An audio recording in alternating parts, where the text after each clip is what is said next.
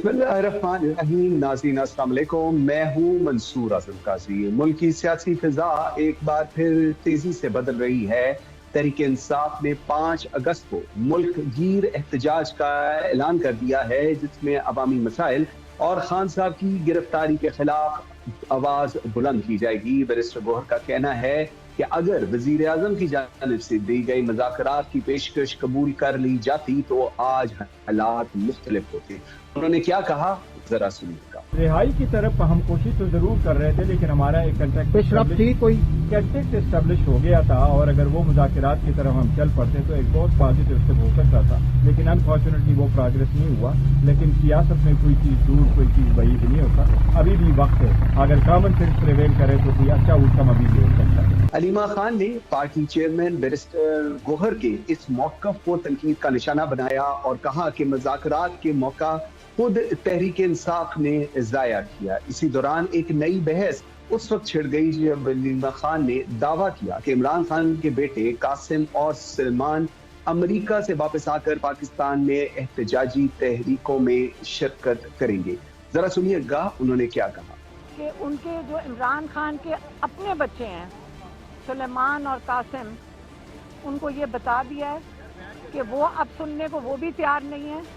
हम ही ने उनको रोका हुआ था, लेकिन अब वो पहले तो वो जा रहे हैं अमेरिका, और वो अपने जिन जो दोस्त हैं उनसे कहते हैं अगर ये जा सकते हैं तो हम भी जाएंगे, और हम जाके बताएंगे यहाँ इंसानी हकूक़ के साथ और क्या जुल्म हो रहे हैं उनके वालिद के साथ। सुलेमान कासिम ने कहा है कि उसके बाद हम आएंगे पाकिस्तान, और वो तहरीक के अंदर अपना हिस्सा लेना चाहते हैं।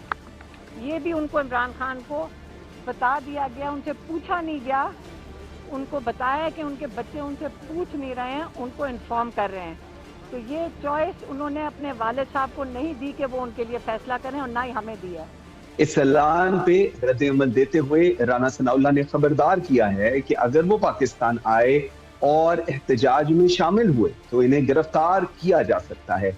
जमाइमा गोल्डस्मिथ ने भी सोशल मीडिया पे इस सूरत हाल पर आवाज उठाई और कहा कि उनके बेटों को न सिर्फ वालिद से राब्ते की इजाजत नहीं, बल्कि उनकी गिरफ्तारी की धमकी इंसानी हकूक की खुली खिलाफवर्जी है। इन तमाम बयानात ने सियासी माहौल को एक नई सिमत दे दी है। इस सारी सूरत हाल पे बात करने के लिए मुझे ज्वाइन किया है सेनेटर डॉक्टर हुमायूं मोहम्मद साहब, सीनियर रहनुमा पाकिस्तान तहरीक इंसाफ। डॉक्टर साहब बहुत शुक्रिया आपके टाइम देने का। डॉक्टर साहब सबसे पहले ये फरमाइएगा, तहरीक इंसाफ ने 5 अगस्त को मुल्क गीर एहतजाज का ऐलान किया है और इसे फैसला कुन मोड़ करार दिया है। क्या ये फैसला बराह रास्त इमरान खान साहब ने खुद किया है या इसके अंदर पार्टी पे मुशावरत भी हुई है? और क्या आपको लगता है कि माजी को मद्देनजर रखते हुए मौजूदा हालात में अवाम इस एहतजाज में शिरकत करेगी? बिस्मिल्लाहिर्रहमानिर्रहीम, इय्याका नअबुदु व इय्याका नस्तईन। देखिए, इस तरह है कि पार्टी के अंदर जो भी फैसले होते हैं वो मशावरत से होते हैं, और उसके बाद इमरान खान के सामने भी वो सारी चीजें रखी जाती है। लेकिन जो डिसीजन होता है ना, वो आमतौर पे कैप्टन का होता है। आप लोग बताते हो कि यार ये पिच इस तरह खेल रही और इस तरह है, और एंड में वो कैप्टन कहते हैं नहीं, इस पे अगर हम ये करेंगे तो बेहतर होगा। सो डिसीजन, क्योंकि उसका सबसे ज्यादा नुकसान और फायदा कप्तान को होता है। तो अगर प्राइम मिनिस्टर बनता है तो कप्तान बनता है, और अगर वो जेल में जाता है तो कप्तान जा रहा है। बाकी चीजों का तो इतना नहीं होता, लेकिन ये चीज होती है। तो उस लिहाज से देखा जाए तो फाइनल डिसीजन तो इमरान खान का है। अब हमने 2 साल देख लिए, हमने 5-4 साल देख लिए कि यार मशावरत का प्रोसेस और ये चीज और वो चीज, और आपको पता है कि एंड में क्या चीज कहाँ से हो रही है, किसके पास पावर है, किसके पास नहीं है, कौन क्या है क्या नहीं, वो सारी चीजें अपनी है। तो जब हम उस सारी चीजों को, हिस्ट्री को देखते हैं, तो मेरे लिहाज से भी ये मुल्क गिर एहतजाज जो है बनता है। और उसकी बेसिक वजह ये है कि इस वक्त पाकिस्तान में ना ह्यूमन राइट्स की कोई वक़्त रह गई है, ना कानून की कोई वक़्त रह गई है, ना कॉन्स्टिट्यूशन की कोई वक़्त रह गई है, और ना डेमोक्रेसी है। और ये मैं नहीं कह रहा हूँ, ये इंटरनेशनल इदारे कह रहे हैं, चाहे वो इकोनॉमिक इंटेलिजेंस यूनिट हो, चाहे ये ह्यूमन राइट्स वॉच डॉग्स वाले हो, या चाहे कोई और जो मुल्क है, वो कहते हैं कि पाकिस्तान में इस वक्त ये हालात है कि डिफेक्टो पाकिस्तान के अंदर इस वक्त एक अथॉरिटेरियन रिजीम है। ये मैं नहीं कह रहा हूं, अगेन ये ओके लोग ओके इंटरनेशनल इदारे कह रहे हैं, ठीक है। उन्होंने हमें उसी लिहाज से पॉइंट किया, और जो हमारे जो डिफेंस मिनिस्टर कह रहे हैं कि ये हाइब्रिड रिजीम है, ये हाइब्रिड रिजीम नहीं है। पाकिस्तान में डेमोक्रेसी हमेशा हाइब्रिड रही है। जो हाइब्रिड का एक इकोनॉमिक इंटेलिजेंस यूनिट ने एक क्लासिफिकेशन की हुई है, उसमें हाइब्रिड रिजीम के मार्क्स होते हैं 4 और 6 के दरमियान में। 4 से नीचे मार्क्स होते हैं वो अथॉरिटेरियन के होते हैं, जितने कम होते जाते हैं उतना ज्यादा अथॉरिटेरियन होता है। इस वक्त ठीक पाकिस्तान ठीक। दो के हिस्से में है, तो इसका मतलब है लेकिन बहुत ज्यादा अथॉरिटेरियन है, ठीक है। अब तीसरी ओके, बात आ लेकिन जाती डॉक्टर है। साहब मुझे जी जरा थोड़ा सा ये भी बताएं कि इस अगर अथॉरिटेरियन रिजीम है जिस तरह आप फरमा रही हैं, आप अंदर एडअप कर रही हैं ख्वाजा आसिफ साहब वाली पॉइंट्स को, सो इसमें आपको लगता है अवाम 9 मई पोस्ट सड़कों पर आपका साथ देगी, कीपिंग इन माइंड जो कुछ एक ट्रैक हमने देखा है पिछले 2 सालों में? आज से पहले जो था ना, अब ये देखिए यहाँ पे पैराडाइम शिफ्ट किया इमरान खान ने। अब that's what the intelligence is about Pakistan Tehreek Insaf, कि हमारी जो जो पार्टी और लीडर जो है ना, वो डिफरेंट जाविये से चीजों को करता है। अब हमने देखा है, हम हर दफा जब भी करते थे, हम्म, चलो यार इस्लामाबाद चलो, चलो यार लाहौर चलो, चलो यार कराची चलो, चलो चलो इधर चलो। इस दफा हम लोग इसको पैराडाइम शिफ्ट कर रहे हैं, और हम कह रहे हैं अच्छा इसका एक बड़ा फायदा है। जब मैं इस्लामाबाद लेकर आता हूं तो मुझे सेंट्रल लीडरशिप की जरूरत होती है। जब मैं लाहौर में लेकर जाता हूं तो मुझे प्रोविंशियल लीडर की जरूरत होती है। जब मैं केपी में लेकर जाता हूं मुझे प्रोविंशियल लीडर की जरूरत होती है। इसी तरीके से हर जब प्रोविंस के कैपिटल में जाऊंगा, लेकिन जब मैं उसको नीचे डिवॉल्व कर दूंगा यूनियन काउंसिल और वार्ड के लेवल पे, अब मुझे अपनी 3rd and 4th tier leadership, जो डेवोल्यूशन ऑफ लीडरशिप है, उसकी जरूरत है। जो बेस लाइन है, जो ओके। एक्चुअली जहां से पौधा उगता है, हम्म मुझे उसकी जरूरत है, ठीक है ना। अब यहाँ पे क्या होगा कि हम्म। यहाँ पे बनिस्बत मुझे लोगों को उनको फैसिलिटेट करना कि लाहौर आओ, पिशावर आओ, इस्लामाबाद आओ, मैं उन्हें कहूंगा कहीं मत आओ। आप अपने मोहल्लों में, जैसे अगर हमारा एक वार्ड है जो कि 100-150 घरानों के ऊपर होता है, उस वार्ड में से आप 50-60 बंदे, जो हम ख्याल है जो पीटीआई के साथ है, आप अपने वार्ड के साथ जो भी कोई ऐसी जगह है जहां पे विजिबिलिटी होती है, ठीक जहां पे कोई ठीक। जगह हो, तो वहां बैठ निकल के आप बैठ जाओ, आराम से बैठ जाओ, अपने हाथ में बैनर्स ले लो। अच्छा, उसका फायदा ये होगा कि वो इन्फिल्ट्रेटर्स, वो तखरीबकार जो 9 मई में आके उन्होंने ये सारा पाकिस्तान तहरीक इंसाफ के लिए फॉल्स फ्लैग ऑपरेशन करवाया था, और उन्होंने गन किया था और नाम हमारे ऊपर आया था, वो वहां घुस नहीं सकेंगे, क्योंकि उस छोटी सी चीज में हर एक ओके दूसरे को जानता ठीक होगा। ठीक ठीक। लेकिन लेकिन डॉक्टर साहब अब खान साहब के बेटों के हवाले से ये बात सामने आई है कि वो अमेरिका जा रहे हैं, उनकी सीनियर शख्सियात, सेनेटर्स और मीडिया से मुलाकातें होंगी। आपके ख्याल में क्या वो वहां अपने वालिद की रिहाई की कोई लॉबिंग करेंगे या डिप्लोमेटिक कोशिश करेंगे, और क्या ये सब किसी प्लान स्ट्रैटेजी का हिस्सा है या एक सिंबॉलिक इकदामात होंगे जो हम देखेंगे मीडिया के ऊपर? देखिए, मुझे जो चीजें इतलात मिल रही है ना, मुख्तलिफ पार्टीज के अंदर भी, जो इस वक्त, चाहे वो पीएमएलएन क्यों ना हो, चाहे वो पीपल्स पार्टी क्यों ना हो, चाहे वो जेयूआई क्यों ना हो, चाहे कोई भी पॉलिटिकल पार्टी पाकिस्तान के अंदर, इंक्लूडिंग द एस्टैब्लिशमेंट, जो अंदर की बातें हो रही हैं, और अलोंग विद दैट पूरी दुनिया के अंदर, वो ये है कि इमरान खान को गलत तरीके से उनको जेल में रखा गया है। ये पूरा जो डेमोक्रेटिक प्रोसेस है, ये एक्चुअली गलत डेमोक्रेटिक प्रोसेस है, इसमें हम्म। कोई डेमोक्रेसी नहीं है। तो उस चीज को करेक्ट करने के लिए वो कहते हैं ना, यार अब बहुत हो गई है यार, तुम लोगों ने इसको तो एक अना का मसला बना दिया है। जब हम आपस में बात कर रहे होते हैं, वो कहते हैं यार बस बहुत हो गई है, तुमने क्या वो करना है, ठीक है ना।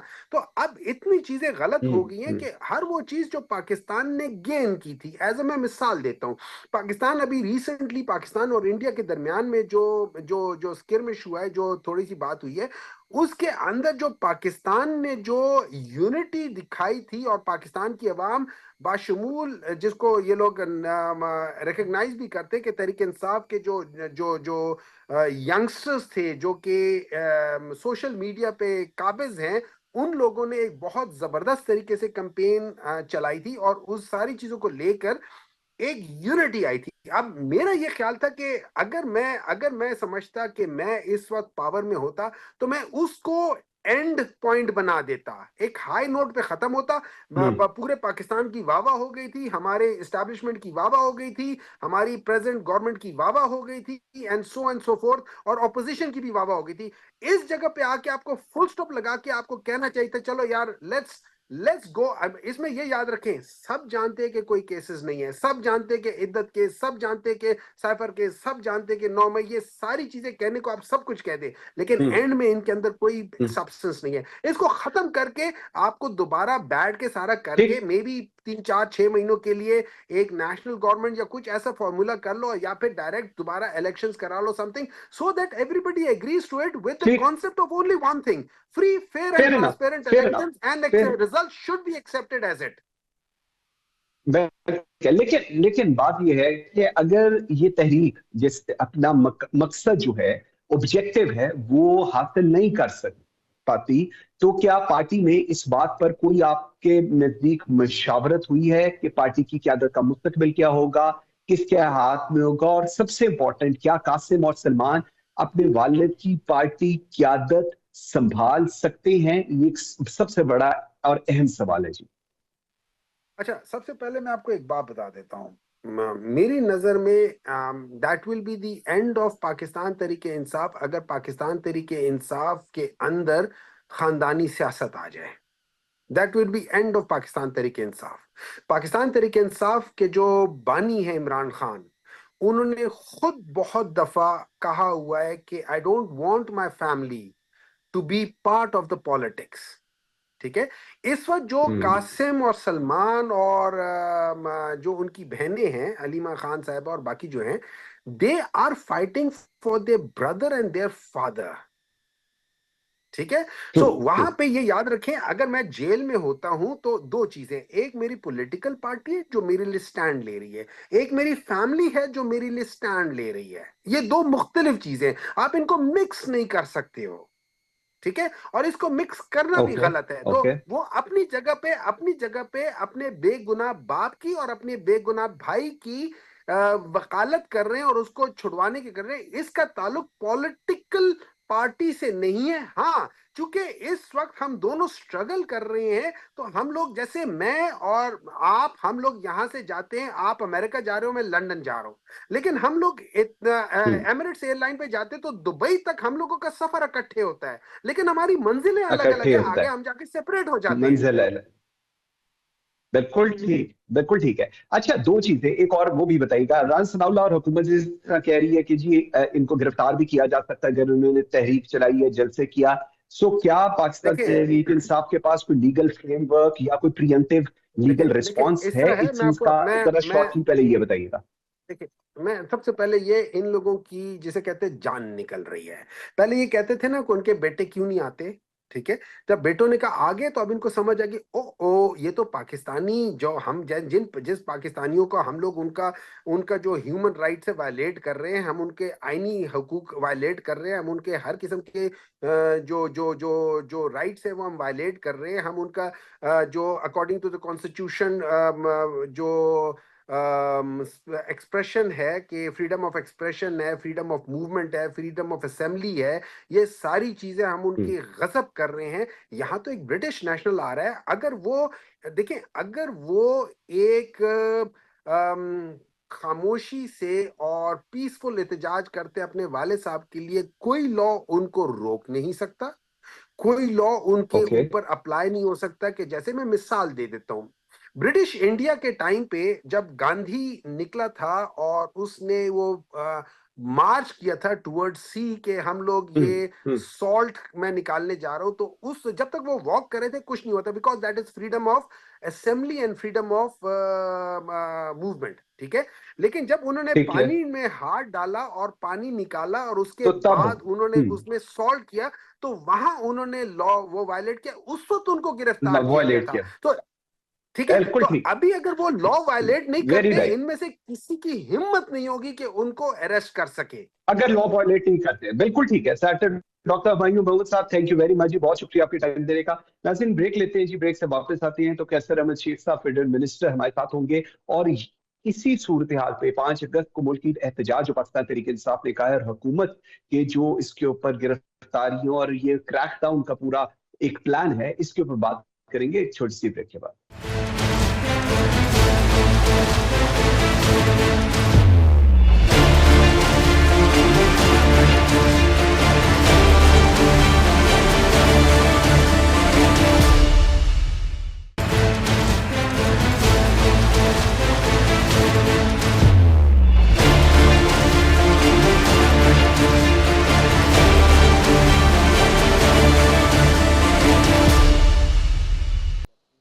Welcome back after the break की नाज़रीन। मुझे ज्वाइन किया है कैसर अहमद शेख, वफाकी वजीर पाकिस्तान मुस्लिम लीग नून के सीनियर रहनुमा। बहुत शुक्रिया शेख साहब आपके टाइम देने का।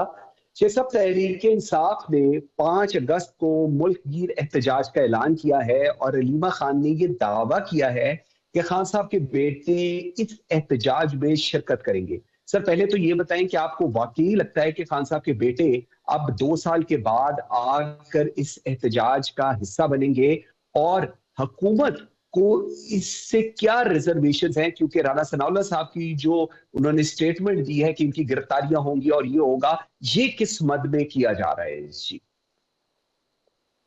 बिस्मिल्लाहिर्रहमानिर्रहीम। देखिए, खान साहब के बेटे अगर आना चाहें पाकिस्तान में और वो कोई भी हिस्सा लेना चाहें किसी भी तहरीक में तो उनका राइट है, और हाँ, बिल्कुल वो तशरीफ़ लाएँ पाकिस्तान में, और यहाँ आके पहले भी उनकी तहरीकें होती रहती हैं, कोई नई बात नहीं है। खान साहब ख़ुद भी तहरीकों का हिस्सा बनते रहे हैं। और दूसरी बात तो ये है कि मैं क्योंकि जानता हूँ, ग्रास रूट लेवल का पॉलिटिशियन हूँ, और मैं आपको सिर्फ एक मिसाल दूँ कि हमारी फैसलाबाद डिवीज़न जो कि सेंट्रल पंजाब की डिवीज़न है, 4 डिस्ट्रिक्ट है उसमें, चंडियोट है, फैसलाबाद है, टोबा टेक सिंह है और झंग है। उसमें से 18 में से 15 MNA इनके इलेक्ट हुए, यानी 8 फरवरी को, बाकी तो बातें छोड़ दें कि कौन किस तरह क्या हुआ, 15 MNA 18 में से इनके बैठे हैं इस वक्त असम्बली में, जीते हैं।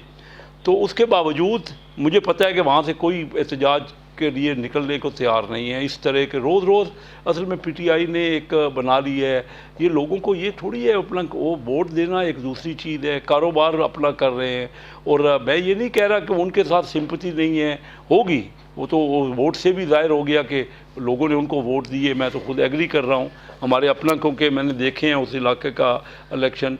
तो ये कहना कि रोज़ रोज़ तहरीकों में लोग हिस्सा लेंगे, लोग थक चुके हैं, लोग इस मामले में नहीं है। और तहरीक देखिए, उनका बेटे आ रहे हैं, आ जाएं, वो तहरीक में हिस्सा लेना चाहते हैं तो मैं हुकूमत को भी कहूँगा कि ये मेरी होगी उनसे मुतालबा।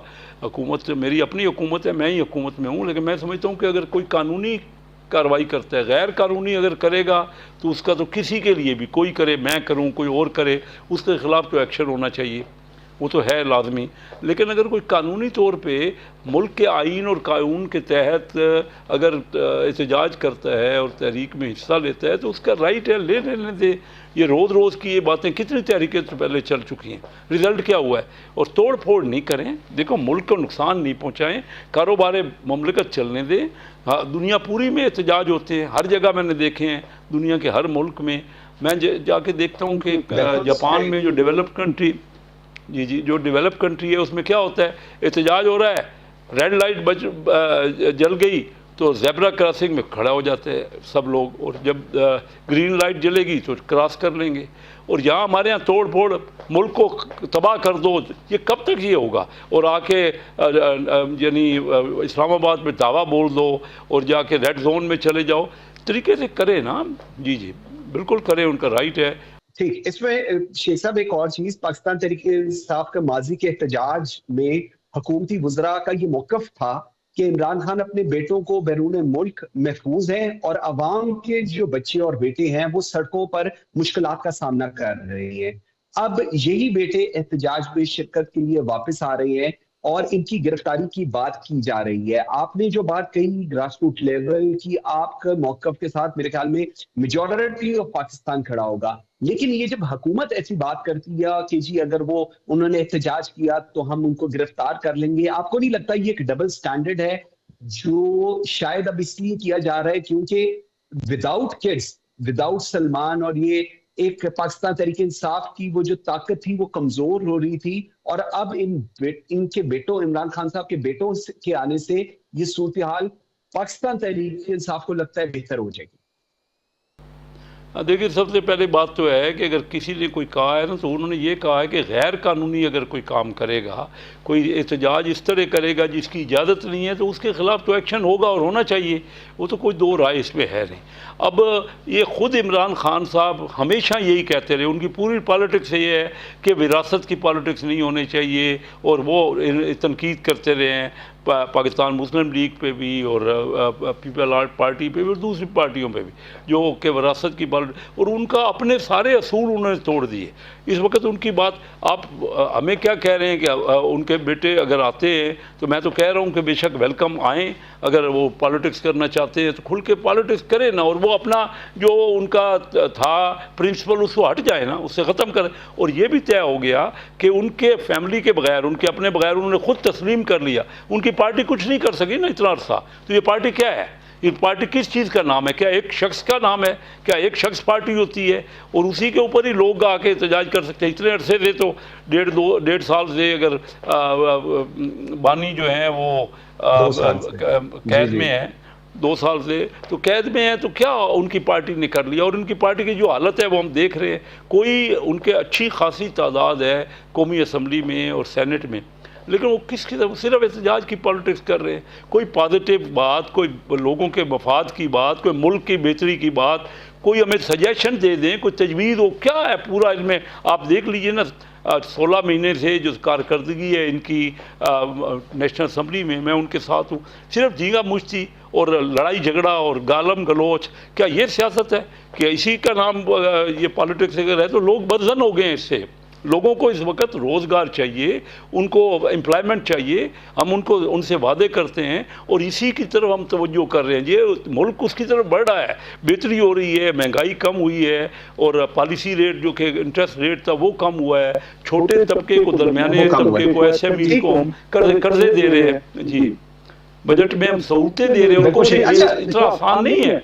जी जी जी ठीक। अच्छा, इसमें एक और चीज, एक और जो पर्सनालिटी है उनका एडअप होता है और वो है जमाइमा गोल्डस्मिथ। उनका कहना है कि बेटों को ना सिर्फ अपने वालिद से बात करने की इजाजत नहीं, बल्कि अगर वो पाकिस्तान आते हैं तो उनको गिरफ्तार भी किया जा सकता है। ये उन्होंने सोशल मीडिया पे कहा है और उन्होंने कहा है कि इसे जाती इंतकाम करार दिया है। अब सर सूरत हाल ये है कि ये भी कहा जा रहा है खान साहब की बहनों की तरफ से कि वो आएंगे, पहले आने से पहले वो अमेरिका जाएंगे, वहां पर लॉबिंग करेंगे, सीनियर सियासी शख्सियात सेनेटर्स को मिलेंगे और उसके बाद यहाँ पर आएंगे। काफी सारी चीजें खैर बताई जा रही हैं, लेकिन इस पूरी सूरत हाल में इसका एंड आप किस तरफ होते देखते हैं? क्योंकि अगर ये चीजें इस तरह चलेंगी तो ऑब्वियसली अगर एक स्टेबिलिटी की बात आप मुल्क के अंदर करेंगे वो तो फिर बहुत डाइसी सी सिचुएशन हो जाएगी। देखिए, वो आते हैं कानून के तहत, जो उनको इजाज़त है, हमने कभी उनको रोका नहीं है। एहतजाज करें, अगर करना, पहले अमेरिका जाना चाहते हैं अमेरिका जाएं। उनकी वालदा ने जो बात की है मिलने की, यहाँ आए उनको मिलने की इजाज़त मिल जाएगी। उनकी बहनें मिलती रहती हैं इमरान खान साहब, कौन है जो उनसे नहीं मिल रहा? कभी कोई, सारे पार्टी के लीडर मिलते हैं, बाहर आके वो कुछ बात करते हैं, दूसरे दिन कोई और बात होती है। तो इस पार्टी की क्या प्लानिंग है? कोई ना कोई समझ तो आ जाए ना। कभी वो कहते हैं कि मैं बात का, आप चोर डाकुओं से, आप चोर डाकू हैं सारी पार्टियों वाले, हम बात नहीं करना चाहते और सिर्फ इस्टेब्लिशमेंट से बात करेंगे। अभी उन्होंने कह दिया कि किसी से भी बात नहीं करेंगे। रोज़ तो उनकी चेंज होती है, उनकी स्ट्रेटजी। हम देखो, इंडिया एक हमारा दुश्मन मुल्क है, उसने बड़ी ज़्यादती की, अभी जंग की, हमारे ऊपर एस्केलेशन की। उसके बावजूद पाकिस्तान कह रहा है कि कश्मीर के मामले पे और पानी के मामले पे हम बैठने को तैयार हैं। ये अजीब पॉलिटिकल पार्टी है, जो बुरी पार्टी है, जो देखिए, और हल किस तरह निकल सकता है? एहतजाज कर करके तो लोगों को थका दिया है, उनको काम नहीं। और यूथ, क्योंकि छोटे उम्र के बच्चे जो हैं 18 से 25 साल के यंग जो है, जिनको पूरा अभी अंदाज़ा हो रहा है पॉलिटिक्स का, तो वो इनके साथ जज्बातियत है। तो ये इस तरह तो सियासत नहीं होती, वो अपने आप को नुकसान पहुंचा रहे हैं, बार बार तहरीकें चला रहे हैं। इनको चाहिए कि बैठ के डायलॉग करें, बैठ के बातचीत करें। इनके जो अब हम इंडिया से बैठने को तैयार है, जो हमारा दुश्मन है, जो पाकिस्तान को के ऊपर चढ़ाई कर रहा है, और ये है कि अच्छे मुल्क। अच्छा, लेकिन शेख साहब, इसमें लास्ट तरह मुझे बताइएगा, अली नीम गंडापुर ने 5 अगस्त के एहतजाज को जिहाद करार दिया है और कारकुनों से कहा है कि हर सूरत बाहर निकलने। क्या इस नौयत के बयानात एक सूबे के चीफ एग्जीक्यूटिव वजीर आला को देने चाहिए? लेकिन दूसरी तरफ वो कहते हैं कि जी हम तो एक पुरअमन एहतजाज करेंगे, तो फिर इसको जहाद का नाम देना, ये इसको आप किस तनाजुर में देखते हैं? ये पहली बार अली अमीन गंडापुर साहब ने ये नाम नहीं दिया। पहले वो चढ़ाई करने की बात करते थे और ये कहते थे कि हम तबाह कर, वो कोई क्या किस्म के अल्फाज उन्होंने देखिए। और ये कितनी बार ये लोगों को जज्बात उभरारेंगे कि ये कर लो। और इनका वर्कर पंजाब में तो मैंने देखा है कि आने को तैयार ही नहीं। खा मखा उनको तंग कर रहे हैं, उनकी फैमिलीज को भी परेशान कर रहे हैं। तो अब देख लेते हैं, ठीक है, उनको कर लें एहतजाज जो करना चाहते हैं। देखिए मैंने पहले दिन कहा कि पॉजिटिव पॉलिटिक्स करें ना, करें पॉलिटिक्स, जो मुल्क के मफाद की पॉलिटिक्स है वो करें। आप नेगेटिव पॉलिटिक्स करके मुल्क को तबाही करना चाहते हैं। इंडिया में इस जंग में हुई ना, तो मोदी ने कहा, प्राइम मिनिस्टर ने, कि तमाम पार्टियां हम एक पेज पे हैं इकट्ठे, और हमारे यहाँ ये ख़त्म ही नहीं हो रहा। क्यों? बलूचिस्तान के मामले में हम चाहे देखें कितना बड़े पाकिस्तान प्रॉब्लम में है। इन मामलात का बैठ के सारा एक पूरे पॉलिटिकल पार्टियों को एक राय बनानी पड़ेगी। मैं मिनिस्टर हूँ बोर्ड ऑफ इन्वेस्टमेंट का, मैं देख रहा हूँ कि इन्वेस्टमेंट कैसे आएगी जब तक पॉलिटिकल पार्टियाँ चार्टर ऑफ इकानमी नहीं करेंगे। मैंने पूरी बजट की यही तकरीर की है, चार्टर, हम लॉन्ग टर्म विजन ही नहीं देंगे, हम बताएंगे ही नहीं कि हमारे यहाँ हमारी पॉलिटिकल पार्टी का विजन क्या है और आइंदा पॉलिटिक्स क्या होनी है।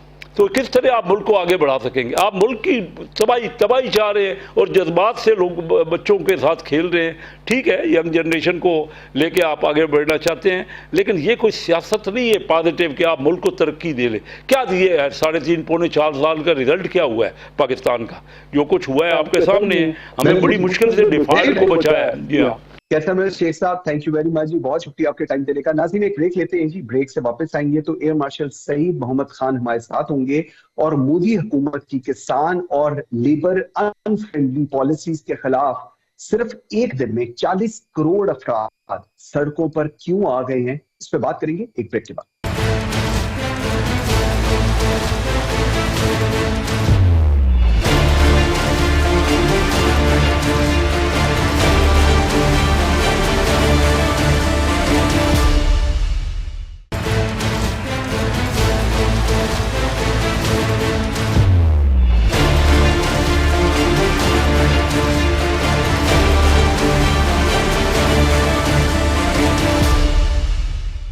Welcome back after the break जी।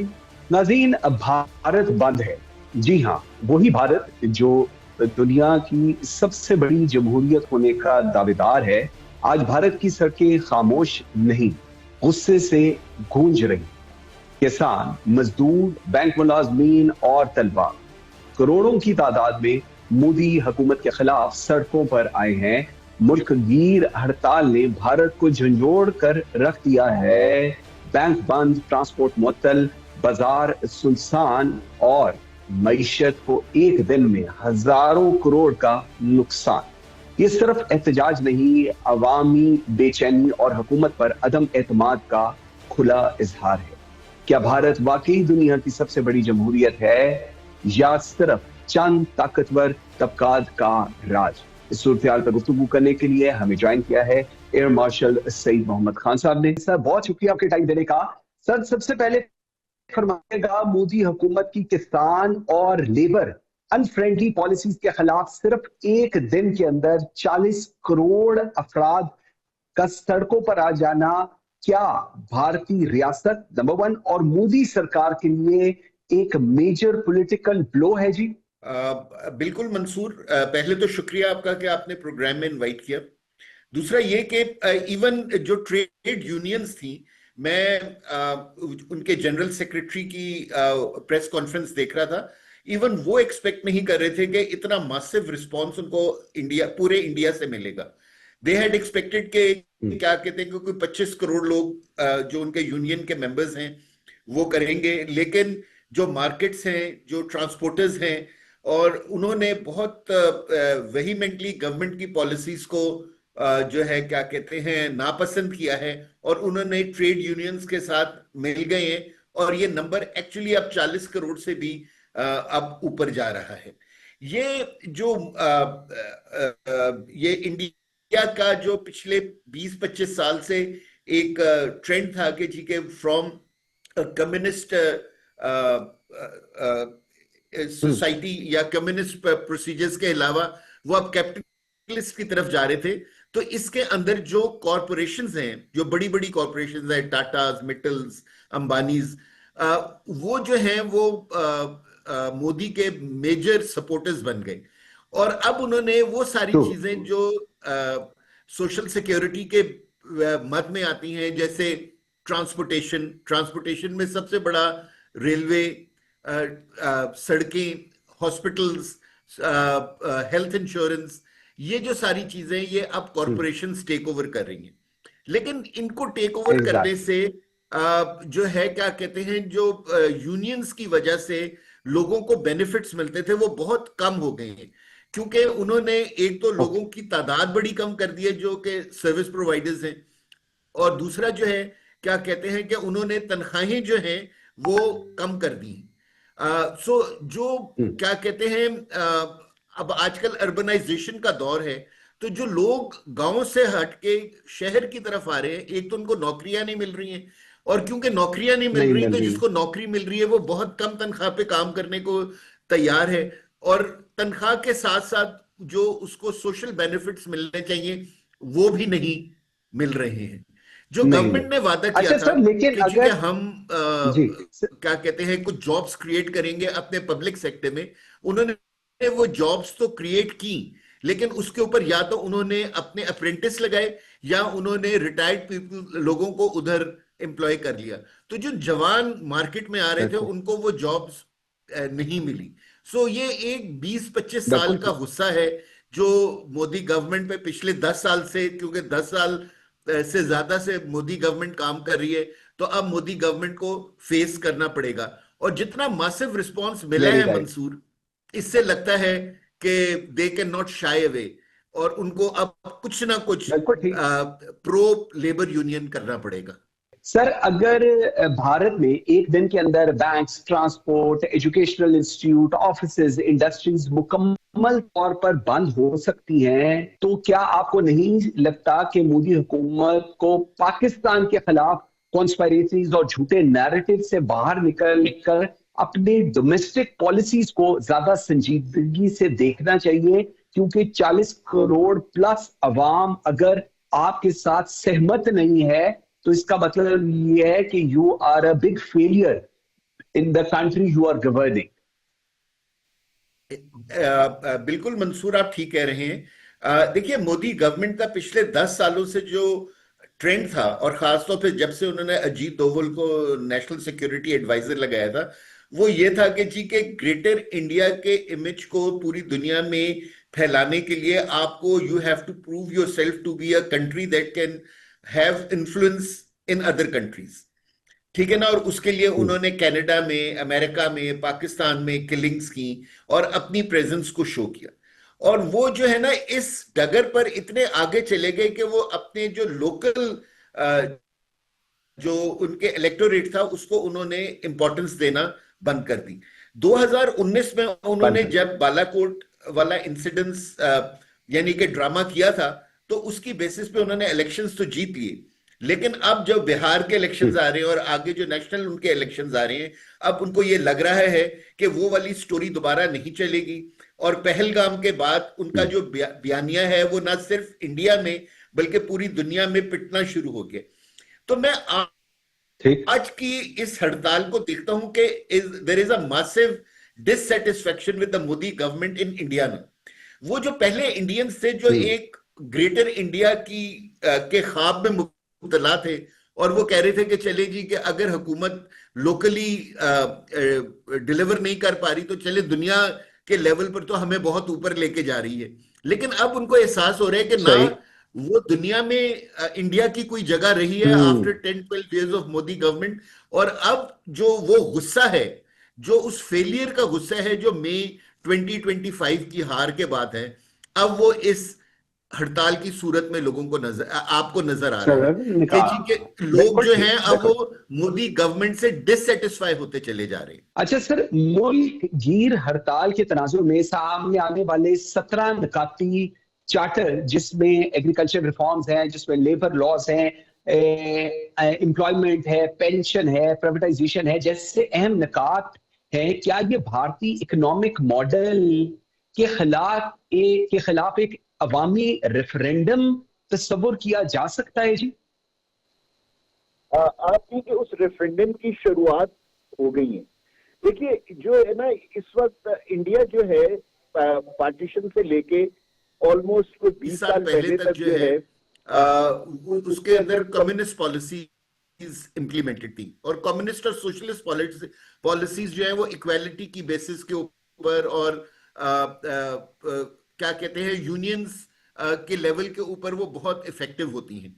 जो कॉरपोरेट पॉलिसीज हैं, जब से इन्होंने कॉरपोरेट पॉलिसीज को अपनाया है, जो वो है उसकी वजह से जो है क्या कहते हैं इंडिया के अंदर जो है एक जॉब क्रिएशन जो है वो बहुत कम हो गई है। और इसलिए हमने देखा कि इंडिया ने अपने लोगों को बाहर भेजने की पॉलिसी को भी अपनाया, और खासतौर पे मिडिल ईस्ट और आप देखते हैं कि जी के इन इलाकों में बहुत ज्यादा इंडियंस बाहर भेजे गए एज जॉब सीकर्स। लेकिन वो एक हद तक वो मिडिल ईस्टर्न कंट्रीज भी ये जॉब्स क्रिएट कर सकती थी इंडियन इकोनॉमी के लिए। अब जबकि ये जो बिगेस्ट सपोर्टर्स हैं ऑफ द बीजेपी गवर्नमेंट, जो कॉर्पोरेट वर्ल्ड है, अब वो जो वर्ल्ड है वो जॉब्स क्रिएट नहीं कर पा रही इंडिया में, जो कि इस वक्त रिक्वायरमेंट है। और इसकी वजह से डिससेटिस्फेक्शन इंडिया के अंदर बहुत हाई हो गया है। और जिस तरह आपने भी कहा, मैं कहूंगा कि वो जो एक साइलेंट रेवोल्यूशन था जो कि इन लोगों ने अपनी मीडिया ब्लिट्स की बिना के ऊपर रोका हुआ था, मई की हार के बाद जो है अब वो जो है अब खत्म होता जा रहा है। और अब जो लोग जो है अब ओपनली मोदी गवर्नमेंट के साथ अपनी डिससेटिस्फेक्शन को शो करना शुरू हो गए। सो अगर इन लोगों ने सीरियसली यूनियंस के साथ बैठ के इन चीजों को हल नहीं किया, जो कि बहुत मुश्किल है, क्योंकि अभी अगर देखें कुछ अरसा पहले मोदी गवर्नमेंट ने 1600,000 करोड़ जो हैं वो कॉर्पोरेट वर्ल्ड को लोन माफ किए, और यही मेजर रीजन है कि यूनियंस उनसे इतनी नाराज हैं कि जी कि आपने कॉर्पोरेट वर्ल्ड को इतना पैसा माफ कर दिया है, तो आप इतने ही पैसों के हमें सोशल सिक्योरिटी दे देते। हमें जो प्रॉब्लम्स आ रही है हाउसिंग, ठीक है ना, तो आपने उनका लोन माफ कर दिया है, आप हमें सोशल सिक्योरिटी देने को तैयार नहीं है। तो यही वजह है कि जी के अब लोग जो है बहुत ओपनली मोदी गवर्नमेंट के खिलाफ आना शुरू हो गए। और अगर इन्होंने इसको पॉलिटिकली टैकल नहीं किया तो मुझे नहीं लगता कि मोदी गवर्नमेंट बिहार का इलेक्शन जीतेगी या वो अगली मरतबा दोबारा आने की ताकत में होगी। बिल्कुल ठीक है। एयर मार्शल सईद मोहम्मद खान साहब, थैंक यू वेरी मच, बहुत शुक्रिया आपके टाइम देने का। नाज़रीन, आज के लिए इतना ही। मुझे मंसूर आजम काजी को दीजिए इजाजत। अल्लाह हाफिज।